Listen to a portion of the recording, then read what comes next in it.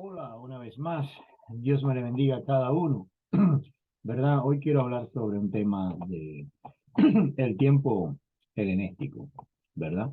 Entonces, veamos aquí este dispositivo aquí, ¿verdad? Lo voy a mostrar aquí, lo voy a ampliar un poco. Y veamos esta estatua, la famosa estatua de Daniel, ¿no? Y vemos aquí en este imperio griego, 331 al 168. ¿Y qué sucede en ese periodo?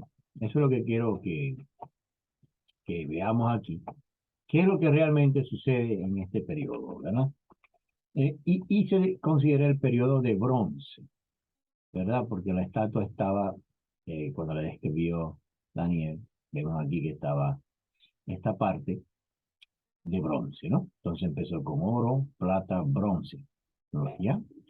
Entonces, pasemos al siguiente dispositivo. En ese tiempo del imperio griego, es lo que se llama el tiempo helenístico, ¿verdad? Y vemos aquí en este mapa, vemos bien claro que el tiempo helenístico lo vemos aquí en este amarillo oscuro, ¿verdad? Tiré, Alejandría, ya, Cilicia por estos lados, Capadocia, Pontus, Armenia, ¿verdad? Y vemos que el pueblo de Israel estaba sometido a este imperio. Aquí tenemos un tiempo lineal que me gustaría que viéramos. Y en este tiempo lineal vemos nosotros, ¿verdad? Que podemos ver el tiempo de Malaquías, 500 años aproximadamente antes de Cristo, bajamos a 400 años antes de Cristo, y vemos aquí en el año 323 antes de Cristo, vemos que empieza el periodo helenístico. Es decir, en Jerusalén está gobernando el imperio que Alejandro Magno, ¿no? Creó, ¿no? Entonces, en ese tiempo duró 320 y pico de años, casi 350 años. Y en ese periodo, los judíos por toda la región del imperio que vemos aquí, helenístico, se hablaba el idioma griego, ¿sí me entienden? También estaba el judío, el hebreo judío, hablando en griego, predicando su palabra y estudiando su palabra en griego. Y hay muchas razones por esto. Una de ellas, claro, es la conquista, ¿verdad? Y la otra, el otro punto, vemos también que es eh, tradición, porque después de un tiempo, tus hijos van creciendo y van oyendo más griego que el hebreo, ¿verdad? Entonces, ¿qué sucede? Poco a poco va desapareciendo un idioma y el otro se hace más común, ¿sí? Entonces vemos nosotros que en este tiempo aquí, ¿verdad? Que podemos ampliarlo para verlo un poco aquí. Vemos que en el año 300, más o menos 323, vemos que es el periodo helenístico, ¿ya? Y resulta que por esta razón, vemos nosotros que el pueblo de, el pueblo de Israel, los fariseos, los estudiados, los eruditos hebreos, estudiados, hebreos, con la Torá, ven la necesidad de traducir al idioma griego su Torá, la Biblia.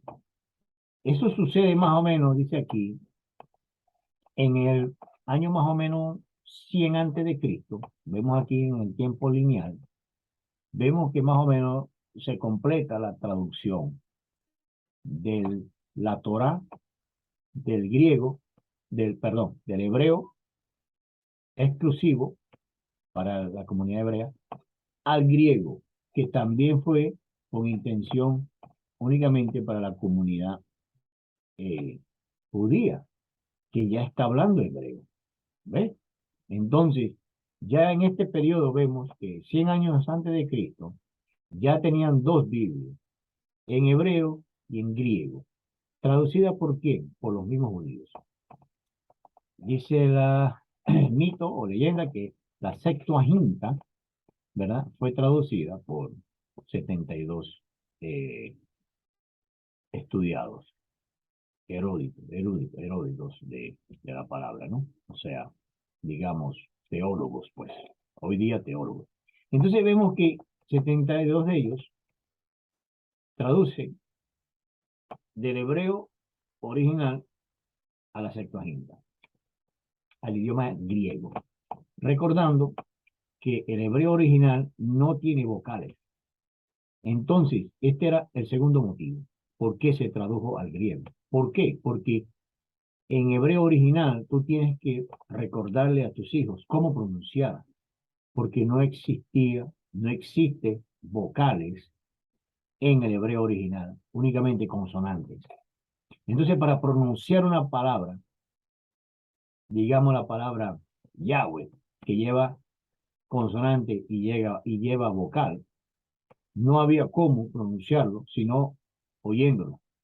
Y te enseña, tus padres te enseñan Yahweh, Yahweh, ¿verdad? Entonces, aprendes a pronunciar de esa manera. ¿Ok? Entonces, ellos vieron esa necesidad y por eso que se tradujo y se creó la famosa Septuaginta, ¿ok? La 70. Muchas personas la conocen como la Biblia la 70. 100 años antes de Cristo ya tenemos una Biblia hebrea traducida al griego. Y el griego era el idioma común. ¿Ves? Entonces, entra una transición que otras personas que no conocían el hebreo empiezan a oír la palabra de Dios. ¿Ves? Griegos empiezan a oír la palabra de Dios. ¿Sí me entiendes? Por eso es que digo yo que todo ha sido plan de Dios. ¿Ves? Muchos dirán, bueno, fue un accidente. No, fue plan de Dios. Que los mismos judíos tradujeran la Biblia del hebreo al griego para que el mundo griego entendiera. Es por ejemplo decir ahora, el mundo prácticamente habla inglés si lo analizas con cuidado. Es el idioma internacional, es el inglés hoy. En aquel tiempo era el griego. ¿Vale? Entonces ese es un punto que aprendemos hoy. Y el otro punto es que, bueno, que vemos nosotros que ya tenemos Biblia 100 años antes de Cristo y vemos nosotros, por ejemplo, otro punto que quiero mencionar es que en Hechos 9, versículo 29, dice la palabra que Pablo estaban predicándole a los judíos de habla griega. ¿Ok? A los judíos de habla griega. ¿Sí me entienden? Entonces, por ejemplo, vemos nosotros que ya estamos viendo que hay una transición y empieza un pueblo nuevo a oír la palabra de Dios, ¿verdad? Y bueno, y le damos gracias a Dios, que Dios es el que él pone todo el plan humano. El hombre piensa que él es el que está planeando las cosas, pero realmente Dios está detrás de los planes. Otro punto que voy a mencionar rapidito es que en la era cristiana, digamos, en la era de que ya los apóstoles empezaron a predicar la palabra y se escribe el libro de Mateo, más o menos dicen que fue 30 años después de Cristo, ¿vale? Vemos nosotros que el templo, el segundo templo, ¿verdad? Fue destruido por los romanos, vemos aquí, en el tiempo de Roma ahora, estamos en el romanismo, y el templo fue destruido en el año 70 AD, destrucción del templo, vemos aquí, ¿verdad? Entonces, vuelve a suceder otro exilio, ¿ves? El pueblo de Israel se vuelve a esparcer por todo el mundo otra vez, ¿no? Pero en ese tiempo vemos nosotros que más o menos, después de la destrucción del templo, unos rabinos fundan una escuela, ¿no? Y crean lo que se llama el canon palestinense. El canon palestinense fue creado más o menos en el año 95, ¿verdad? Después de Cristo, ¿ok? Y vemos que el canon palestinense realmente reemplaza a la Septuaginta.